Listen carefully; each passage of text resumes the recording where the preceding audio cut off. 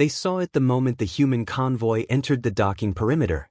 Among towering alien warships, vessels the size of cities, armored in layers of exotic alloys and glowing with controlled stellar power, there was something that did not belong. A shuttle. Boxes. Scarred with old hull patches and mismatched plating. Its engines burned unevenly, not with the clean precision of modern drives, but with the rough, imperfect signature of outdated human engineering. It looked like a relic dragged out of a museum and forced back into service. And the galaxy laughed. In the vast orbital dock above the neutral trade world of Khaled Prime, alien observers gathered in elevated viewing galleries. Fleet commanders, technocrats, and military analysts watched the human arrival with open amusement. "That can't be their escort," one of them scoffed. "Is it civilian?" Another asked, zooming in on the shuttle's external frame. No dedicated weapon mounts. No shield bloom worth measuring. Laughter rippled through the chamber. The human delegation arrived aboard sleek transports and standardized cruisers, unremarkable, modest, efficient. But that shuttle stayed close, drifting slightly behind the formation, as if unsure of its place. Alien tactical systems ran passive scans. The results only fueled the mockery. No heavy armaments. No exotic power spikes. No classified signature fields. Barely faster than baseline FTL. Barely armed. Barely relevant. "Why bring it at all?" a crystalline fleet admiral asked. "It would be vaporized in the opening seconds of any engagement." Another analyst leaned back, amused. "Perhaps humans are sentimental. They bring toys for comfort." More laughter. In a galaxy where power was measured by mass, output, and intimidation, the shuttle was a joke. A harmless accessory. A footnote in a scan report already forgotten. What no one questioned, what no one bothered to ask, was why the humans insisted it accompany them everywhere. Not to battles. Not to negotiations. Everywhere. The shuttle was never upgraded. Never replaced. Never retired. Despite treaties that restricted experimental platforms. Despite safety councils demanding inspections. Despite offers to modernize it for them. The humans refused. And when a junior analyst finally asked, quietly, almost embarrassed, why the shuttle was flagged as non-decommissionable across all human fleets, the answer came back simple. Unhelpful. Human. Because it still works. The galaxy assumed that meant efficiency. They were wrong. They were laughing at the smallest ship in the dock, unaware that it wasn't the shuttle that mattered. It was what humanity had hidden inside it. If the galaxy had bothered to look closer, if even one of those laughing analysts had taken the time to truly observe, they might have noticed something strange. The shuttle was never idle. While the larger human ships powered down systems, opened docking ports, and shifted into standby protocols, the shuttle stayed awake. Its internal power grid never dropped below operational thresholds. Its engines hummed softly, not straining, not surging, waiting. It had a name, though the aliens never recorded it.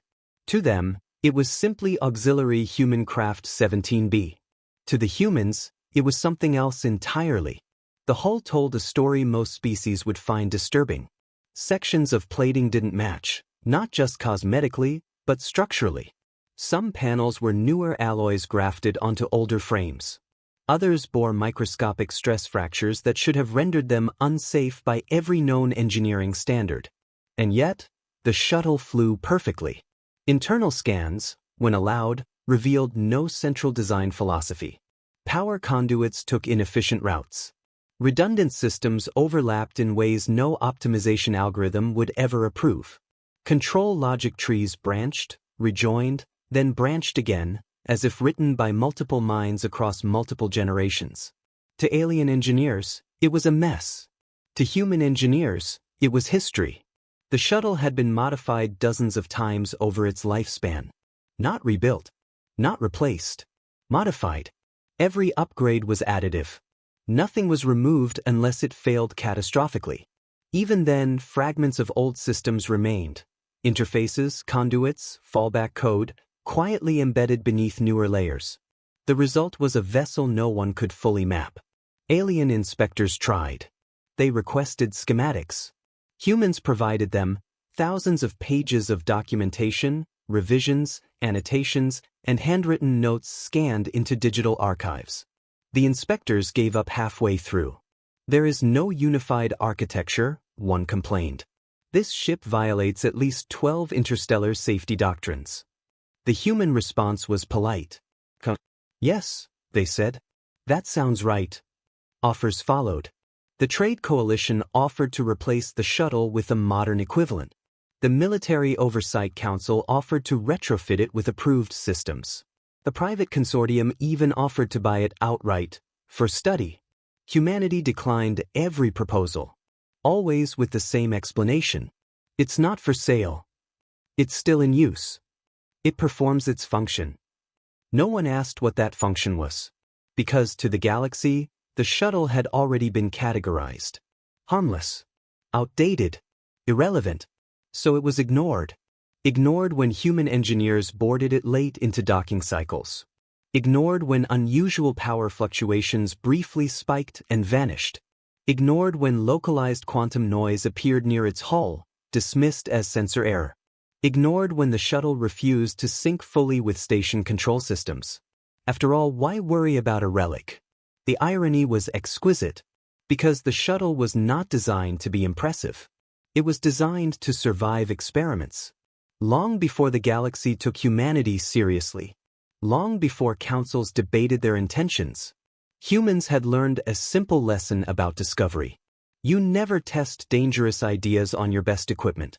You test them on something expendable, something old, something flexible, something no one will miss if it disappears. The shuttle was never meant to be powerful. It was meant to be forgiving. And deep within its mismatched hull, beneath layers of legacy systems and half-understood upgrades, humanity had been quietly asking a question no other species dared to explore. Not how to build a better engine, but what would happen if a ship didn't move through space at all. Most advanced species in the galaxy shared a common belief about technology. Stability was sacred. Predictability was safety. Anything that behaved inconsistently was a flaw to be eliminated. Humanity did not share this belief. Where alien engineers demanded clean equations and closed systems, humans tolerated mess. Where others chased perfection, humans chased possibility. Their machines did not need to be elegant. They needed to keep working long enough to teach them something new. And the shuttle was the perfect teacher.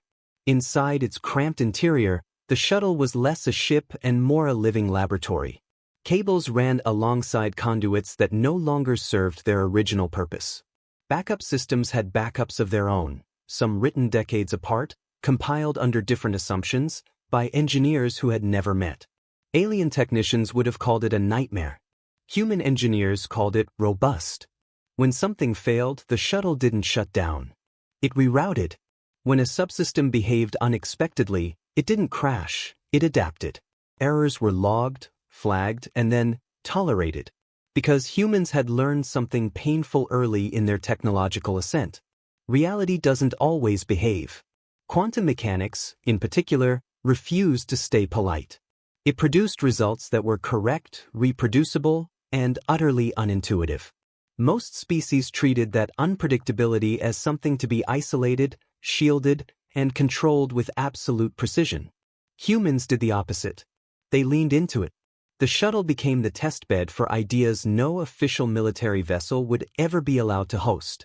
Experimental power routing that occasionally spiked beyond safe limits. Field generators that created brief pockets of space-time distortion before collapsing back into normality. Control algorithms that made probabilistic decisions instead of deterministic ones. The galaxy would never have approved such systems. But the galaxy wasn't watching. To alien observers, the shuttle's data was noise. Fluctuations dismissed as sensor artifacts. Minor anomalies attributed to aging hardware. No one realized that humans weren't trying to eliminate instability. They were trying to work with it. In human engineering culture, failure wasn't shameful, it was informative. Every unexpected behavior narrowed the unknown. Every anomaly was a clue. And over time, patterns emerged. The shuttle reacted strangely when power thresholds crossed certain limits. Navigation errors coincided with brief temporal discrepancies. Sensors recorded microsecond delays between cause and effect, tiny enough to ignore unless you were looking for them. Humans were looking. They began asking dangerous questions. What if a ship didn't travel through space, but negotiated with probability instead? What if position wasn't fixed, but selectable? What if causality itself could be treated as a variable? The shuttle endured experiment after experiment. Some failed spectacularly. Systems rebooted. Hull plating warped. Once, the ship vanished from sensors for nearly 3 seconds before reappearing exactly where it had been. Slightly warmer, slightly heavier. Human engineers didn't panic. They took notes. To the galaxy, the shuttle was an outdated transport. To humanity, it was becoming something else entirely. Not a warship. Not yet. But a question posed directly to the universe. And the universe, slowly, unpredictably, was beginning to answer. There is a moment in every scientific pursuit when caution gives way to curiosity. For most species, that moment is buried under regulations, councils, and simulations that must agree before anything dangerous is attempted. The galaxy survived because of those limits. Humanity progressed because it occasionally ignored them.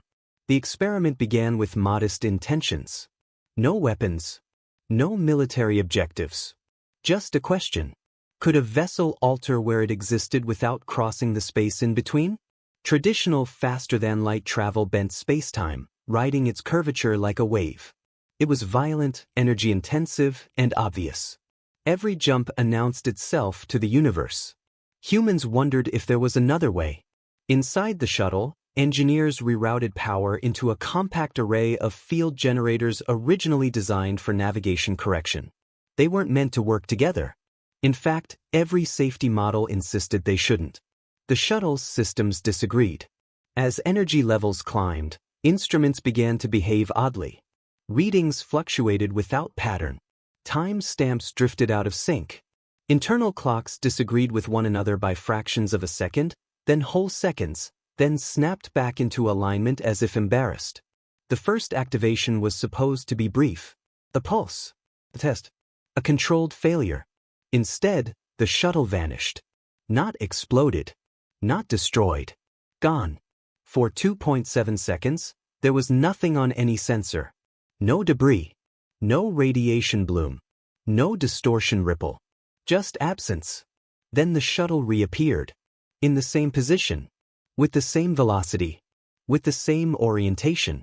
But not unchanged. Internal diagnostics lit up with warnings no one had written code to recognize. Structural integrity remained intact, yet the hull exhibited quantum phase variance, particles slightly out of alignment with local reality. Power reserves registered higher than before activation, as if energy had been gained rather than spent. Most disturbing of all, the shuttle's mass had increased. Not by much, but enough to matter. Human engineers stared at the data in silence. The galaxy would have shut the project down immediately, declared it a violation of causality, a threat to spacetime stability, an existential risk. Humans did something else. They tried again. The second test was not stationary. The shuttle was positioned several thousand kilometers from the test platform. Coordinates were locked. Conditions controlled as tightly as human hands allowed. Activation. The shuttle vanished. Reappeared. Not where it had been. It returned behind the test platform, without having passed through the space between. No acceleration. No deceleration. No observable transit. The shuttle had not traveled. It had chosen. Humanity had crossed a line no one else had dared approach. They had discovered a way to decouple position from motion. The implications were unacceptable. Weapons could be bypassed. Defenses rendered meaningless. Distance reduced to suggestion. And the shuttle, the galaxy's favorite joke, had become something far more dangerous than a warship. It had become a violation of expectation. Human engineers didn't celebrate. They argued. Some demanded shutdown. Others demanded expansion. Every new test carried risk. Risk not just to the ship, but to reality itself. The equations no longer predicted outcomes. The universe was responding creatively. Outside the shuttle, no one noticed. To alien observers, the vessel remained what it had always been: outdated, insignificant, irrelevant. They still laughed. They had no idea that the shuttle no longer fully occupied the same universe they did. And soon, very soon, that misunderstanding would become fatal. The first real test did not come in a laboratory. It never does. It came at the edge of a disputed trade corridor, one of those quiet stretches of space where borders were technically defined, but rarely respected. A place where minor powers flexed authority, and major powers enforced it when convenient. An alien patrol fleet was already there when the human convoy arrived. 3 heavy cruisers. 1 command carrier. Enough firepower to erase anything short of a capital ship. Their commander barely glanced at the incoming scan data. Human vessels were catalogued, ranked, and deprioritized within seconds. Standard escort cruisers. Light defensive armament. No strategic threat. And trailing behind them, the shuttle. The commander actually paused, confused. "That craft," he said, mandibles clicking in amusement, "is that a logistics tender?" "No," an aide replied, running a secondary scan. "It appears to be auxiliary. Possibly ceremonial?" The channel filled with low, clicking laughter. The alien fleet moved to intercept. "This is a restricted corridor," the commander transmitted.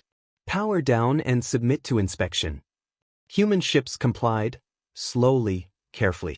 Shields lowered to non-threatening levels. Engines throttled back.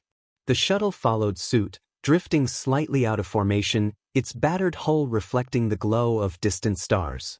Targeting systems locked automatically. The alien commander reviewed threat priorities. The shuttle ranked last. Barely worth assigning a weapons solution. "Fire a warning shot," the commander ordered. "Aim near the auxiliary craft. Perhaps it will encourage cooperation."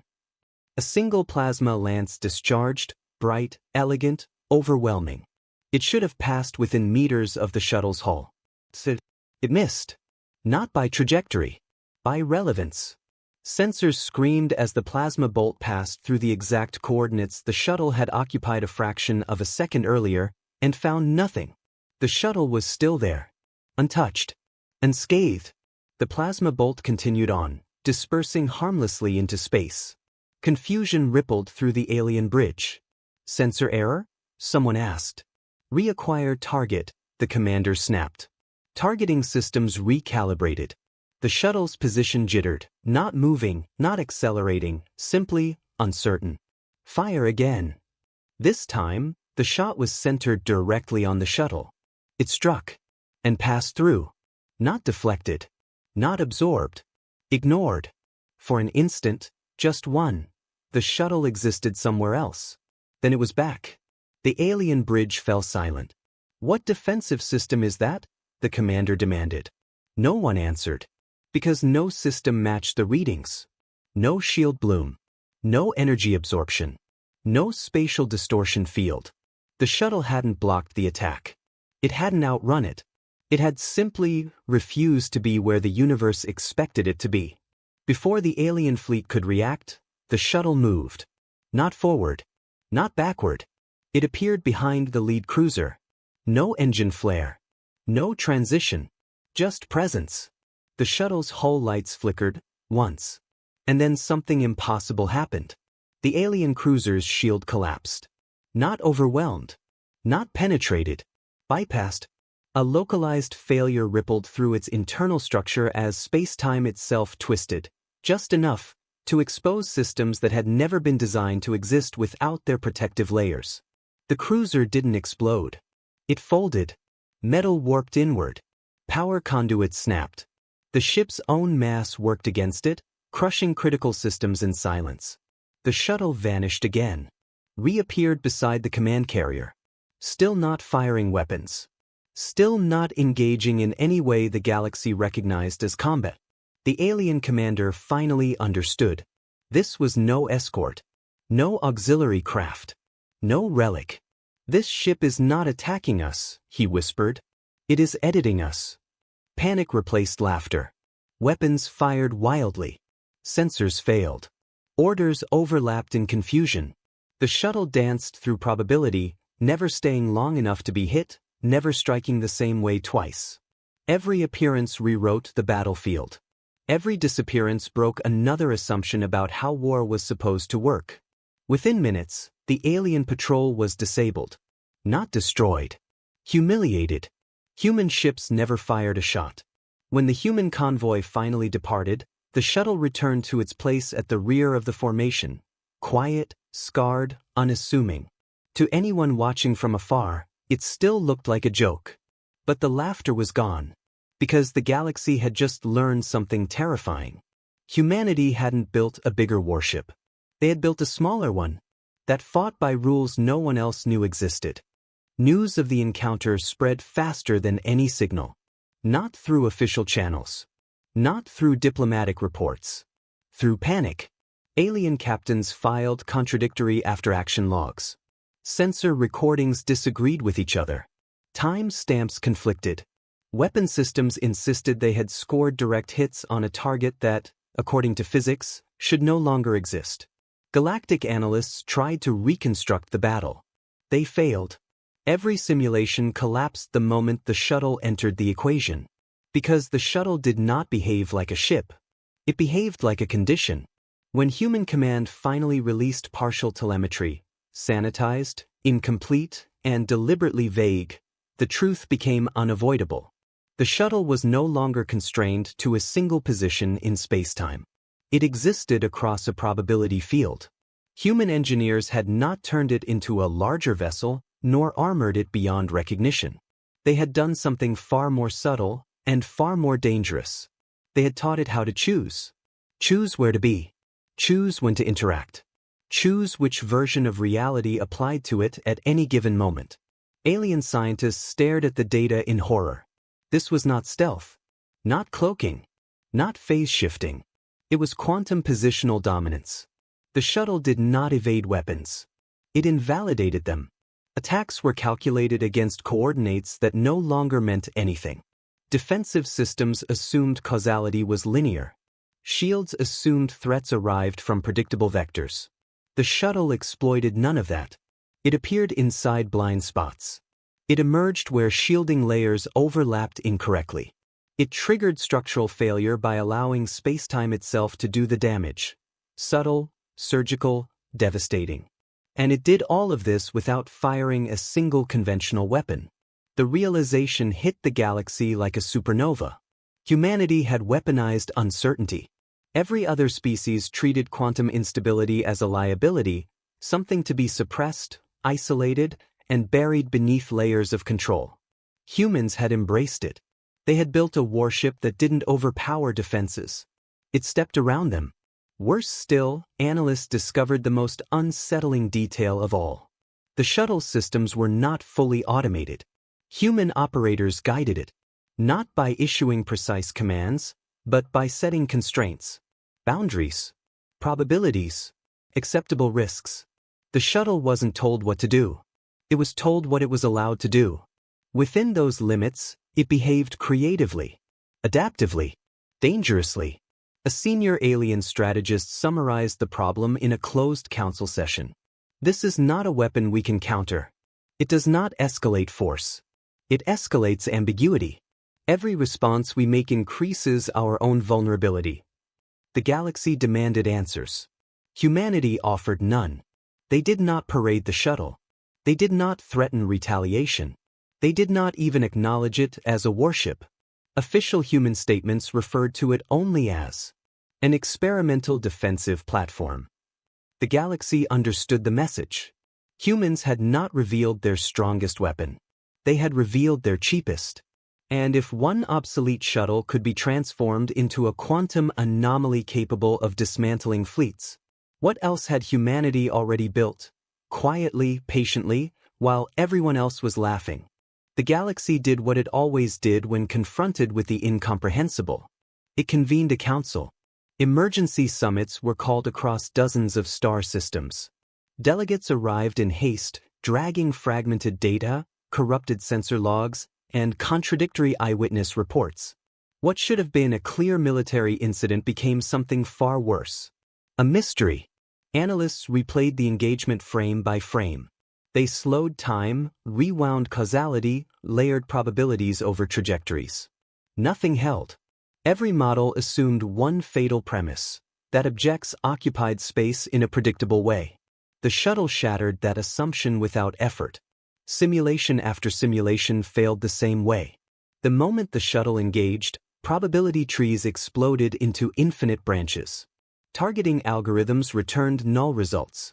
Defensive postures contradicted themselves. Even the most advanced quantum predictive engines, machines designed to forecast outcomes across millions of possibilities, froze, overwhelmed by paradox. One by one, they shut themselves down. A senior computational theorist spoke the words no one wanted to hear. This is not a tactical problem. It is a conceptual one. The panic spread. If the shuttle could not be reliably tracked, if it could not be targeted, if it could not be predicted, then every existing doctrine of space warfare was obsolete. Entire fleets were suddenly vulnerable, not because they were weaker, but because they were too structured. Their defenses relied on order. Their tactics relied on expectation. Their strategies assumed the universe followed rules that could be modeled. Humanity had demonstrated that assumption was optional. Councils demanded countermeasures. None were found. Some proposed overwhelming force, flooding regions of space with enough firepower to collapse all probabilities at once. The idea was dismissed immediately. The energy required would sterilize entire systems. Others suggested temporal weapons, but those were outlawed for a reason.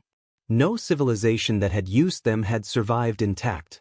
A chilling realization settled over the chamber. Humanity had not broken the rules of war. They had sidestepped them. And worse, this hadn't been a surprise attack. It hadn't been a desperate gamble. It had been a demonstration. Human diplomats remained calm throughout the proceedings. They listened. They answered questions carefully, precisely, and never more than necessary. When asked how many such vessels existed, the response was vague. When asked how long the technology had been in development, the response was shorter than expected. When asked whether the shuttle represented humanity's peak capability, the answer was a quiet, unsettling no. Behind closed doors, analysts reached the same conclusion independently. If humanity had deployed this technology on an obsolete shuttle, if they had trusted it to a platform no one took seriously, then it meant their most advanced vessels were doing something else entirely. Something the galaxy hadn't seen yet. Fear replaced arrogance. The laughter that once echoed through docking bays and council chambers vanished, replaced by cautious silence. Humanity had not declared war. They had not demanded concessions. They had not claimed dominance. They had simply revealed a truth. That power did not belong to the largest fleets, or the most advanced weapons, but to those willing to rethink how reality itself could be used. And now the galaxy had to decide. Not how to fight humanity, but how to live in a universe where humans had learned to weaponize uncertainty, and chose, for now, not to. The galaxy waited for humanity to speak. After the panic, after the failed simulations, after the silent recalculation of every military doctrine ever written, they expected demands, territorial claims, threats wrapped in diplomacy. They received none of it. Human representatives returned to the council chambers not with fleets, but with words, carefully chosen, deliberately restrained. No holograms of the shuttle were displayed. No tactical breakdowns were offered. No explanations were volunteered. Only a statement. "We did not build that vessel to conquer," the human envoy said calmly. "We built it to understand." Confusion rippled through the chamber. "To understand what?" a delegate finally asked. The human paused, then answered honestly. "Our limits." That answer unsettled them more than any threat could have. Humanity explained, without boasting, without drama, that the shuttle was never meant to be a weapon. It was an experiment, a question asked of the universe by a species still learning its place within it. They spoke of curiosity, of trial and error, of the willingness to accept failure as the cost of discovery. Other species listened in stunned silence. For them, experimentation ended where danger began. For humans, Danger was often where learning truly started. We did not hide the shuttle, the envoy continued. We simply didn't advertise it. You laughed at it because you assumed we thought the way you do. That assumption, the humans made clear, was the real mistake. Humanity did not believe power came from perfection, or from control, or from eliminating uncertainty. They believed power came from adaptability, from the ability to function when systems failed, from the courage to operate without complete understanding, from trusting people to make decisions when equations could not. The shuttle embodied that philosophy. It was old because it had survived, messy because it had been tested, unimpressive because it was never meant to intimidate, and when the galaxy forced humanity's hand, when mockery turned into aggression, the shuttle responded not with annihilation, but with demonstration. A warning, not a declaration. We could have destroyed that patrol, the envoy said quietly. We chose not to. The implication hung in the air. Humanity did not want war. But neither would they accept being underestimated again. The message was clear, and it echoed far beyond the council chamber. Do not mistake humility for weakness. Do not mistake restraint for incapability. And never assume that what looks simple is harmless. Because the shuttle was never special. It was merely the first thing the galaxy noticed. Humanity departed the council without ceremony. No triumph. No threats.